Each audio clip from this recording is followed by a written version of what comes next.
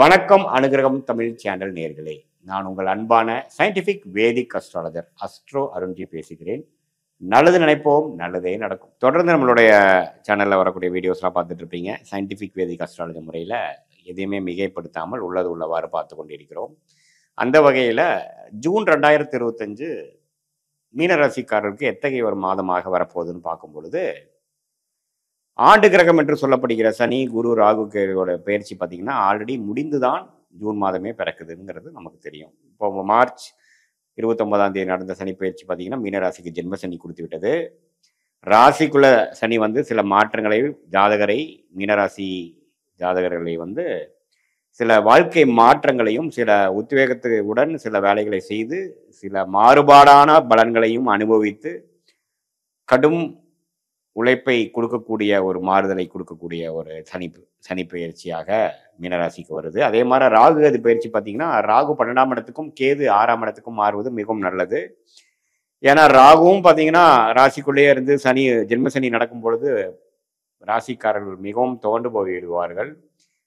எடுக்கக்கூடிய முடிவுகளில் கிளாரிட்டி இருக்காது, மிஸ் ஆகிடும். இப்போ ராகு பயிற்சி சனி பயிற்சி வரும் பொழுது மீனராசிக்காரர்களுக்கு ஒரு நல்ல பலன்.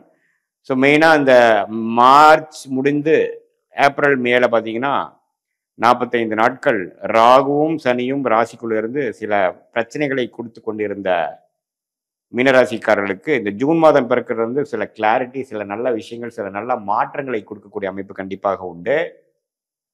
அதே சமயத்தில் குரு பார்த்தீங்கன்னா 3ஆம் இடத்துல இருந்த குரு 4ஆம் இடத்துக்கு போய் 10ஆம் இடம் தொழில் ஸ்தானம், 8ஆம் இடம் 12ஆம் இடத்தை பார்ப்பது நல்ல ஒரு மாற்றத்தைக்காக, வாழ்க்கையில் ஒரு சில உத்தியோகத்துக்காகவும் சில வாழ்வாதாரத்துக்காகவும் ஒரு நல்ல மாற்றத்தையும் முதலீடுகள், இடம் மாற்றங்கள், அது மாதிரி விஷயங்களை கொடுத்து உழைப்பையும் நம்மளுடைய ஸ்டேட்டஸையும் நல்லாவே உயர்த்தக்கூடிய ஒரு அமைப்பு கொடுக்குதுங்கிறது நம்ம தெரிஞ்சுக்கணும். என்ன ஜென்மசனி வந்துருச்சுன்னு பயப்பட வேண்டாம். ஜென்மசனியில் அதிக உழைக்க போகிறீங்க, அதிக உத்வேகத்தோடு செயல்பட போகிறீங்க. என்ன எல்லாமே எடுக்கக்கூடிய முடிவெல்லாம் கொஞ்சம் பொறுமையாக எடுக்கணுங்கிறது தான் முக்கியம். அதே சமயத்தில் புதன் பார்த்தீங்கன்னா 3ஆம் இடத்துலேருந்து 4ஆம் இடம் ஜூன் 7ஆம் தேதிக்கு மேலே மாறுறார். 4ஆம் இடம் வலுப்பெறுகிறது. ஸோ 4ஆம் இடம் வலுப்பெறுவது போகும்பொழுது இடம், வீடு, வண்டி, வாகனம், தாயாருங்கிற விஷயங்கள் சாதகமான பலன் வருகிறது. ஏன்னா குருவும் சூரியனும் புதனும் 4ஆம் இடத்துல சேர்வது ஒரு அருமையான அமைப்பு. ஒரு சொத்து சேரக்கூடிய அமைப்பு, வீடு வாங்கக்கூடிய அமைப்பு, பழைய வண்டியை கொடுத்து புது வண்டி வாங்கக்கூடிய அமைப்பு, படிப்பு விஷயத்தில் ஒரு நல்ல கெட்டிக்காரத்தனமான ஒரு சில விஷயங்கள் படித்து முடிக்கக்கூடிய அமைப்பு, என்ட்ரன்ஸில் ஜெயிக்கக்கூடிய அமைப்பு, ஒரு காம்படிட்டிவ் எக்ஸாம்ஸ் கிளியர் பண்ணக்கூடிய அமைப்பு, செலெக்ஷனில் போய் நம்ம செலக்ட் ஆகிற அமைப்பு, இது எல்லாமே அருமையான ஒரு இது கொடுக்குது. ஜென்மசனியில் உழைப்பும் அதிகம், அதுக்கு தகுந்த மாதிரி ரிசல்ட்டும் கொடுப்பார். என்ன சம்டைம்ஸ் பார்த்தீங்கன்னா நீங்கள் எதிர்பார்க்கறது கூட ஒரு சின்ன ஒரு படிநிலை குறைவான விஷயங்கள் கொடுத்து மனசுக்கு ஒரு சின்ன ஒரு சங்கடத்தை கொடுக்கறதுக்கு வாய்ப்பு இருக்குது. ஏன்னா ஜென்மசனி ராசிக்குள்ள சனி இருக்கிறார் பார்த்தீங்களா. ஸோ அந்த அமைப்புகள் இருக்குது. 12ஆம் இடத்துல ராகு இருந்து குரு பார்வை பெறுவதனால வெளிநாடு போகக்கூடிய அமைப்பு, வெளிமாநிலம் போகக்கூடிய அமைப்பு, சுப விரயங்கள் செய்யக்கூடிய அமைப்பு, தொழிலுக்காக மற்றதுக்காகவும் முதலீடு செய்யக்கூடிய அமைப்பு. ஸோ எல்லாமே ஒரு அபிவிருத்திக்காகவும் டெவலப்மெண்ட்டுக்காகவும் அதிகமான ரிஸ்க் எடுக்கக்கூடிய ஒரு காலகட்டத்துக்கு வேணுங்கிற ஆரம்ப கட்ட ஒரு மாதமாக ஜூன் 2025 கட்டாயம் மீனராசிக்காரர்களுக்கு வருகிறது. அதிக லாங் ஹவர்ஸ் ஒர்க் பண்ணணும், ஹெல்த் கொஞ்சம் பார்த்துக்கணும். அப்பப்போ மைண்டு பார்த்தீங்கன்னா கொஞ்சம் அஃபெக்ட் ஆகக்கூடிய அமைப்பு, நெகட்டிவாக போகக்கூடிய அமைப்பு. ஸோ மனசை பக்குவப்படுத்திக்கணும். ஆனால் இருள் கிரகம் என்று சொல்லப்படுகிற சனி ராசிக்குள்ளேயே வரும்பொழுது பார்த்தீங்கன்னா சம்டைம்ஸ் நாமளே தெரியாமல் ஏதோ ஒரு நெகட்டிவான ஒரு விஷயத்துக்குள்ளே போயிடுவோம். அதே நீங்கள் கொஞ்சம் பாதுகாப்பாக நம்ம மைண்டில் என்ன போயிட்டு இருக்குங்கிறத அப்பப்போ செக் பண்ணி இது நல்லதா கெட்டதா எந்த அளவுக்கு போகலாங்கிறத உங்களுடைய அவேர்னஸோடு நீங்கள் செயல்படுவது மிகவும் மிக முக்கியம். அது குறிப்பாக இளைய வயதினர் பார்த்தீங்கன்னா தப்பான வழியில் போகிறது, ஒரு புதுசாக ஒரு விஷயத்தை நம்பாமல் போய் நம்பிடுறது, ஒரு முழுசாக ஆராயாமல் நம்புறது, ஒரு நட்பாக இருக்கட்டும், ஒரு பழக்கமாக இருக்கட்டும், யார் என்னன்னு தெரியாமல் பெருசாக கமிட் ஆகிடக்கூடாது. இது குறிப்பாக மீனராசி பெண்கள்லாம் பார்த்தீங்கன்னா நட்புன்னு சில விஷயங்கள்லாம் வர்றப்போ நீங்கள் ரொம்ப கேர்ஃபுல்லாக இருக்கணும். அதே சமயத்தில் இந்த ராகு 12ஆம் இடத்துக்கு சுக்கிரனும் பார்த்தீங்கன்னா இந்த 3ஆம் இடத்துக்குலாம் போகும்பொழுது எல்லா விஷயத்துலேயும் கொஞ்சம் பொறுமையாக செயல்பட்டு எமோஷ்னலாக எதுவுமே டெசிஷன் எடுக்காமல் இருக்கிறது நல்லது.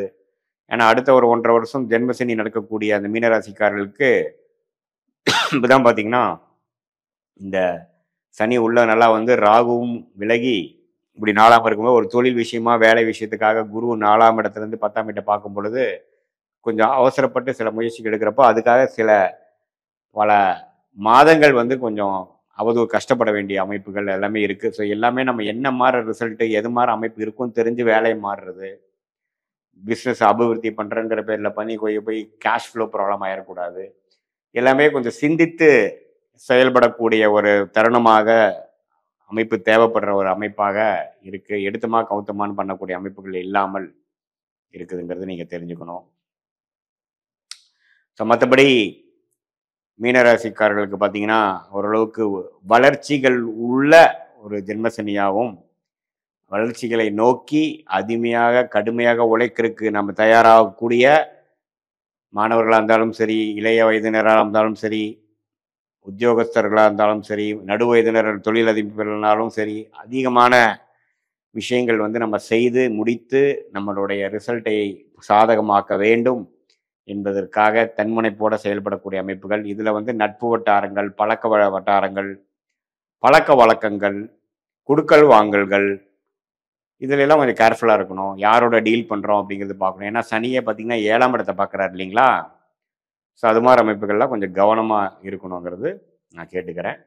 மற்றபடி பார்த்தீங்கன்னா எல்லாமே ஓரளவுக்கு வளர்ச்சியை சார்ந்த ஒரு அமைப்பு தான் கொடுக்குது. ஏன்னா குருவே 4ஆம் இடத்துலேருந்து 10ஆம் இடத்துக்கு கனெக்ட் ஆகும்பொழுது தன் வீட்டை தன்னை பார்த்து வலுப்படுத்தி தொழில் முனைப்பு, வேலை முனைப்பு, உத்தியோக முனைப்பு, உழைக்கணுங்கிற விஷயம், வளர்ச்சி முனைப்பு இது எல்லாமே ஓரளவுக்கு கொடுக்குது.